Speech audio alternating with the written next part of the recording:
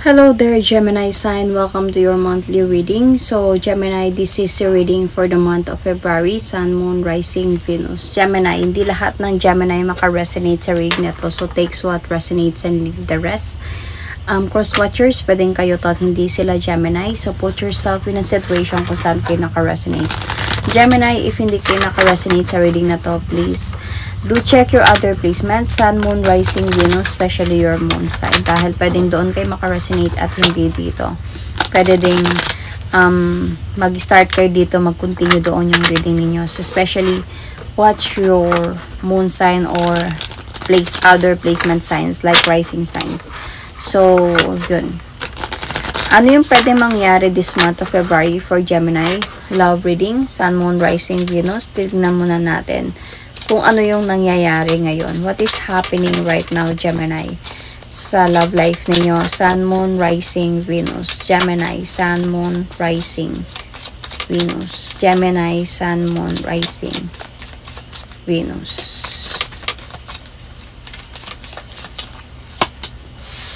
Oh, coffin. So don't worry, coffin doesn't mean anything, okay? Doesn't mean bad things. Coffin means ending. So mayroong nag-end and brings new beginning, growth, change, liberation, transition. So kumbaga merong nag-end this time. Might be sa relationship ninyo, Gemini. And possible na merong new beginning din na papasok after this. So let's see another situation for Gemini. Sun, Moon, Rising, Venus. Gemini, Sun, Moon, Rising, Venus.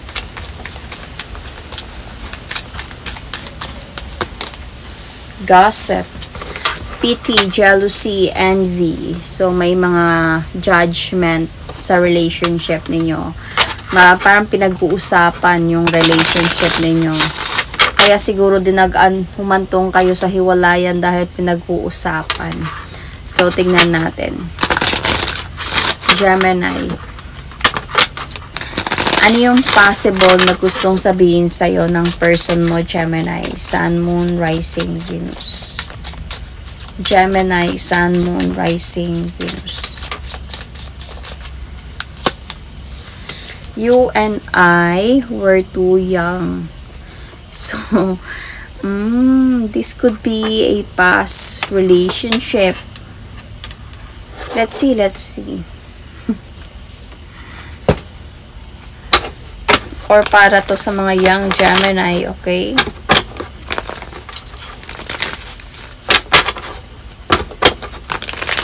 Ano bang nangyayari ngayon?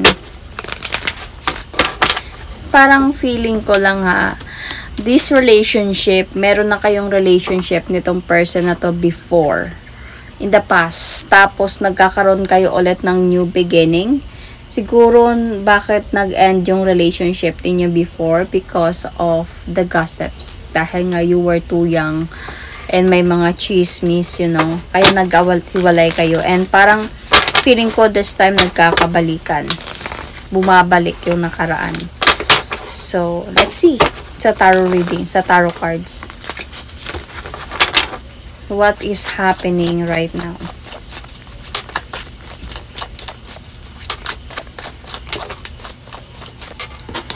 See, meron ng separation talaga dito before sa inyo, Gemini. Hindi na kayo nag-usap ng person na to. Or baka bigla na lang kayong hindi nag-usap nito before. When you were very young. So, hindi na kayo nag-usap nito, wala na kayong communication. Pero hindi nyo pa din makalimutan yung isa't isa. So, yun yung nakikita ko dito. Kahit wala na kayong dalawa, hindi nyo pa rin nakakalimutan yung isa't isa. Until sa naging friends kayo ulit. So, siguro until sa naging friends kayo, might be far away, might be LD, long distance. So, hindi naman relationship, diba? Nagkaroon kayo ng communication long distance nitong person na to, and this person did move forward towards with you once again. Naka-move on ka na from this person, pero andun nga sa point na nung nagkaroon kayo ulit ng communication, bumabalik yung pagmamahalan. So, parang muling ibalik ang tamis ng pag-ibig. So, yun yung nakikita kong nangyayari ngayon. So, this is a past love, past relationship. I don't know if this is first love. First love never dies. So, parang bumalik yung ano ba tawag, attraction, bumalik yung excitement nung nag-meet kayo ulit, may through social media. So, let's see. Bakit?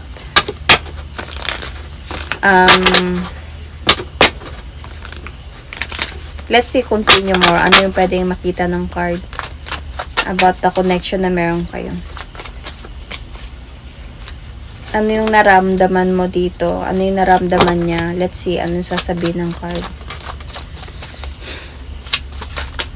Wait lang.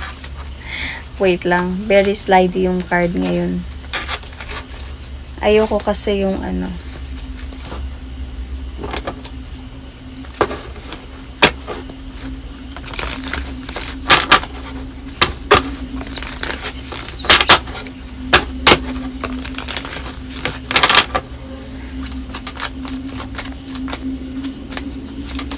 Bakit bumabalik yung person mo? Yung past na yun.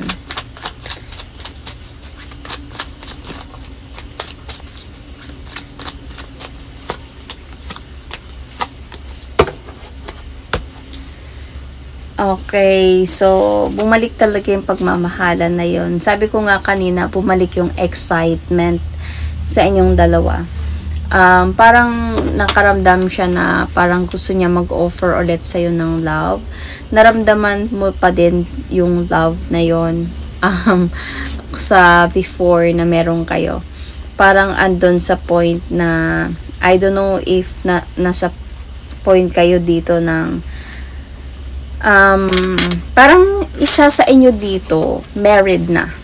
Yun. I don't know kung both of you are married na or isa sa inyo dito are married na. Dito medyo magulo yung sitwasyon. Kasi bumalik yung pagmamahalan. So, bumalik yung feelings. Tapos biglang na-realize, ay, teka muna, kasal na ako. Married na ako. So, paano ba to? Parang, paano ba to? Naramdaman ko ulit sa kanya to. Parang ganun. Kasi nga ending na, meron ng endings. Tapos meron na new beginning sa inyong dalawa. But the thing here is, nagkaroon kayo ng communication nito, bumalik yung naramdaman nyo sa isa't isa. But the thing here, hindi siya, isa dito, I don't know if this person or you, hindi niya alam ngayon kung ano yung nararamdaman niya kasi nga, married. Okay? May married na involved na dito. So, parang nakaramdam ng pagkalabo. Parang nung time na nagkaroon kayo ng communication, parang binabalik niyo yung nararamdaman ninyo sa isa't isa. Kumbaga kinikilig kayo ulit sa mga kwento ninyo about before. Tapos biglang bumalik yung feelings. Tapos biglang na-realize na, uy, teka, married ako or teka, married na siya. Or whatever, saan man kayo naka-resonate. So, parang biglang parang biglang lumabo yung sitwasyon. Pero, tumatak to sa iyo sa inyong dalawa, tumatak to sa inyong dalawa yung pag-uusap na to. Hindi to sabihin na binaliwala nyo lang. So, ano ba yung nararamdaman mo nung time na to? Nung time na lumitaw siya sa buhay mo ulit. Ano yung naramdaman mo?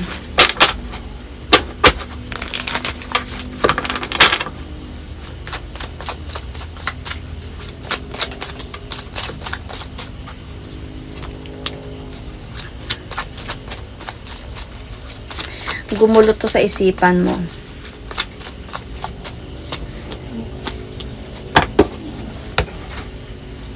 So, gumulo talaga siya sa isipan mo. Nakaramdam ka dito na hindi pwede. malabo to. Parang nasa point ka ngayon ng hindi mo naintindihan yung naramdaman mo dito. Hindi mo alam kung anong desisyon mo. Biglang napaisip ka dito talaga. Biglang nakaramdam ka kasi ng freedom sa kanya nung nakausap mo siya. Tapos biglang gumulo to sa isipan mo. Biglang napaisip ka talaga dito sa desisyon na to. At hindi ka naman sure andun ka sa point na hindi ka sure. I mean, siya pala to. Yeah, ikaw pala to. Hindi ka sure about this situation. Pero yung person na to, itong ex mo na from the past, parang willing siya to proceed, to do some action towards you, na magkabalikan kayo ulit or something. Pero hindi mo masyadong gusto yung mga nangyayari kasi nga could be you are married already. So, see? Gemini. Dalawa sila. Isa dito asawa mo, isa dito siya. So, gumulo talaga to sa buhay mo ngayon.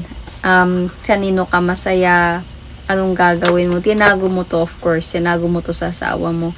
Dahil ayaw mong malaman niya na may bumabalik na nakaraan sa'yo. Well, anyway, Gemini, this could be a vice versa, okay? Kung saan kayo naka-resonate. Nahirapan ka tuloy this time. So, ano naman yung naramdaman ng person na to nung bumalik siya or nagkausap kayo ulit?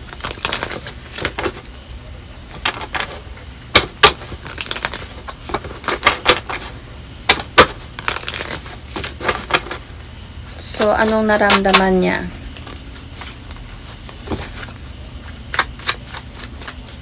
Nung nagkausap na kayo ulit?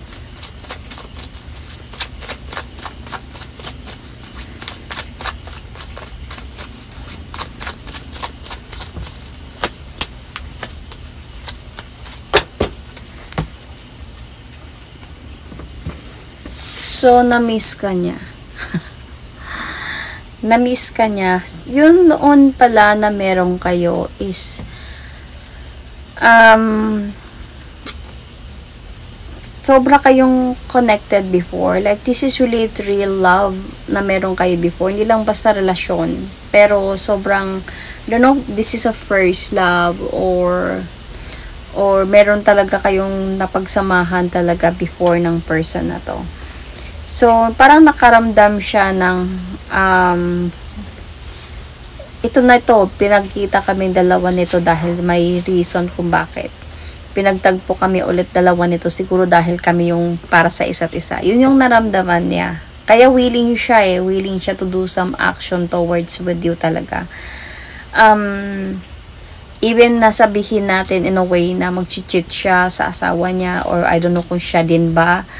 Kasi meron cheating dito So, parang gusto niya talaga na magkabalikan kayong dalawa. Kasi naramdaman niya ulit yung pagmamahal na yun sa'yo. Yung happiness na yun sa'yo. Willing talaga siya mag-offer sa'yo ng love. To move forward towards with you. Willing siya talaga na bumagpabalikan kayo dalawa. Na magkaroon kayo ng rebirth. Gaya ng coffin, magkaroon kayo ng new beginning from what happened sa inyo before, and willing siya ngayon to proceed talaga towards with you, even to marry you if pwede lang. So, yun yung feeling ng person mo. And of course, sinabi niya din sa'yo.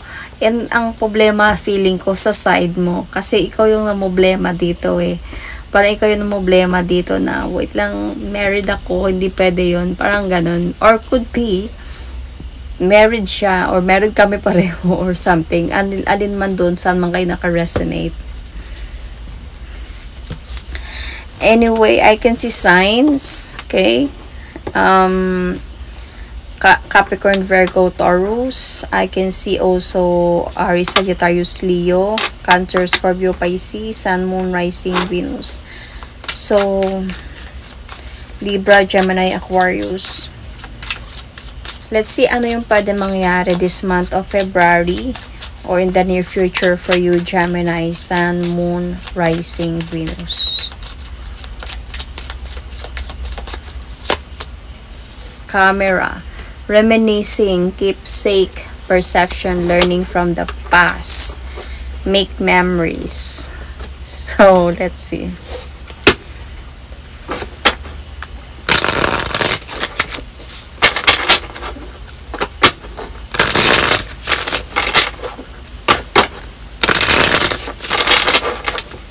Ano yung situation ang mabibigay ng oracle card na to in the near future sa mga situation na meron kayo ngayon?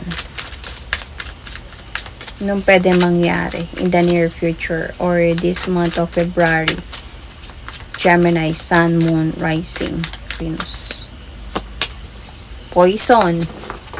Toxic, unhealthy behaviors, people. Ano yung pwedeng gustong sabihin ng person mo sa'yo, Gemini, through this situation na meron kayo?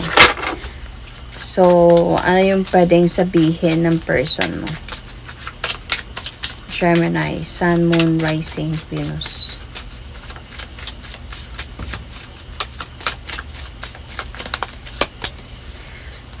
I want to tell you how I feel. Kasi ito na nga, dito sa side na to, dito sa ano yung naramdaman niya sa'yo. Diba, you and I were too young before. You were too young before. Pero nung time na nagkita na kayo, you were already old enough, you know, matured enough. And parang gusto niya sabihin na noon, bata pa tayo noon. So, hindi pa talaga pwede, sobrang hindi pa natin alam yung mga nangyayari. Pero this time, gusto ko talaga na magkaayos tayo. Gusto ko na magkaroon tayo ng, gusto kong magsama tayo. Ikaw yung gusto ko. Kasi hindi ka nawala sa isipan ng person na to. And even ganun ka din naman. Gusto ko ng new beginning with you. And ready na ako this time. Di na tayo bata. Matured na tayo. Ready na ako this time na ipaglaban ka. Ipaglaban yung pagmamahalan natin dalawa. So, toxic, unhealthy behavior, people. It's poisonous. So, but this person parang gusto niya sabihin sa'yo na I just really want to tell you how I feel. So, let's see. Ano yung pwede mangyari this month of February? Sun, Moon, Rising, Venus, Gemini, Sun, Moon, Rising, Venus. Reminiscing, keepsake, perception, learning from the past. Make memories. Memories.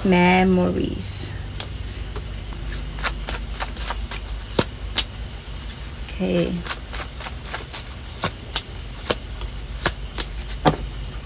Yun yung problem kasi. Okay, hindi ko man alam kung sino sa inyo dito yung married, Gemini. Pero yung feeling ko lang sa reading na to, ikaw. Okay? But it can be both of you. It can be siya, it can be ikaw. So, yun yung kasi naging problema dito eh. Hindi isa sa inyo dito at kasi hindi na available. So, kumbaga the way na nag-uusap kayong dalawa, nire-reminisce ninyo yung past ninyo.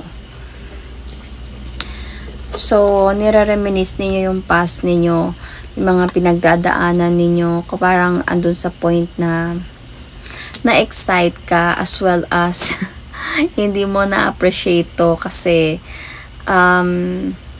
yung past na yun eh, nangyari na yun. And sobrang kahit pa mag-effort siya this time around sa inyong dalawa, iniisip mo pa din mahirap, malabo. Bakit? Kasi nga, might be you are married, you have husband or wife. Okay, this could be, kasi this is for general reading. Could be both of you have, as I said, depende kung saan kayo naka-resonate. Alam mo na meron talagang hahadlang. Kumbaga, itong relasyon na to, mahirap siya na kung iisipin natin sa pag-uusap ninyong dalawa, it seems like so fairy tale na binabalik niyo yung nakaraan niyo. Happy ka sa nararamdaman mo, pero pag-iisipin mo turn it into reality, nahihirapan ka kasi alam mong merong hahadlang, alam mong mali to, alam mong hindi pwede to.